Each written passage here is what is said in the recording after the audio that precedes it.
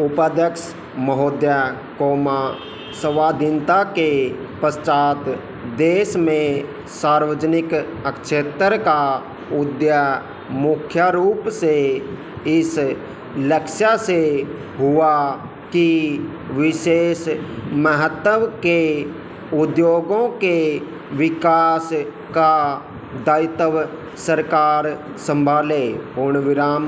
उसी नीति के आधार पर गत 2 दशक में अनेक महत्वपूर्ण क्षेत्रों में सरकार ने प्रवेश किया। लेकिन सरकारी क्षेत्र के विस्तार से विकेंद्रीकरण तथा एकाधिकार प्रवृत्तियों में न कमी हुई और न वृद्धि हुई है। आर्थिक शक्ति के केंद्रीकरण को रोकने का सबसे अच्छा तरीका कर बार है।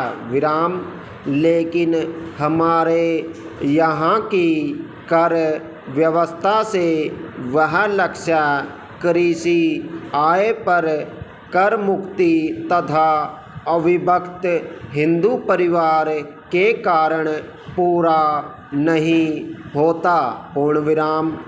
लोग कर बचाने के लिए इन 2 मुख्य स्थितियों की शरण लेकर कर बचा लेते हैं। इस संदर्भ में एक बात और भी ध्यान में रखी जानी चाहिए कि आय में जो असमानताएं हैं उसे केवल ऊपर वालों की गर्दन काटने से ही समाप्त नहीं होगी। असमानता मिटाने के लिए हमें उत्पादन बढ़ाना होगा ताकि आम आदमी का जीवन स्तर ऊंचा हो सके। अमेरिका एक पूंजीवादी देश होकर भी वहाँ आय की असमानताएं इतनी नहीं हैं जितनी हमारे यहाँ हैं। यहाँ तक कि सोवियत संघ में आय की असमानताएं अमेरिका से ज़्यादा हैं। भारत में सरकारी क्षेत्र को लीजिए। एक छोटे चपरासी को 500 रुपये मासिक मिलता है और सरकारी उद्योग के प्रमुख प्रबंधक को 10,000 रुपये मिलते हैं।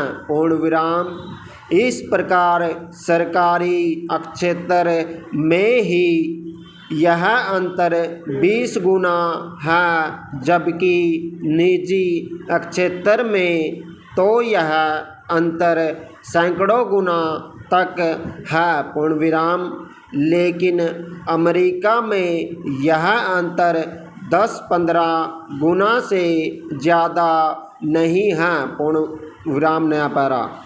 सरकारी क्षेत्र के विस्तार ने निश्चित रूप से आर्थिक शक्ति के केंद्रीकरण और एकाधिकारी की प्रवृत्तियों के विरुद्ध एक विकल्प प्रस्तुत किया है। लेकिन यह विकल्प इतना शक्तिशाली नहीं बन पाया है कि केंद्रीकरण और एकाधिकारी की प्रवृत्तियों को समाप्त कर दे।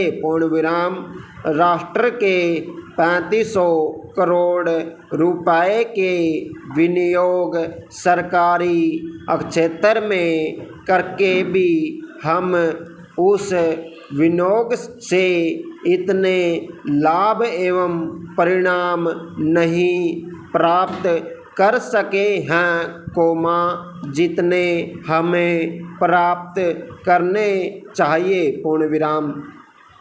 सरकारी क्षेत्र की इस दुर्दशा के अनेक कारण हैं, जिनमें मुख्य है कुशल प्रबंधन का अभाव तथा लोगों में कठिन परिश्रम करने की नैतिक भावना की कमी।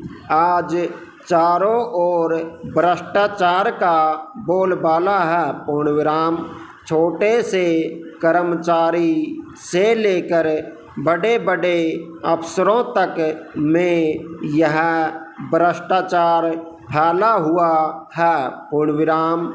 आयोजित काम कराने के लिए भी घूस देनी पड़ती है, तभी वह कार्य होता है, नहीं तो लोगों को परेशान किया जाता है। लोग अपनी इच्छा से घूस नहीं देते, बल्कि ऐसा करने पर उन्हें मजबूर किया जाता है। विराम।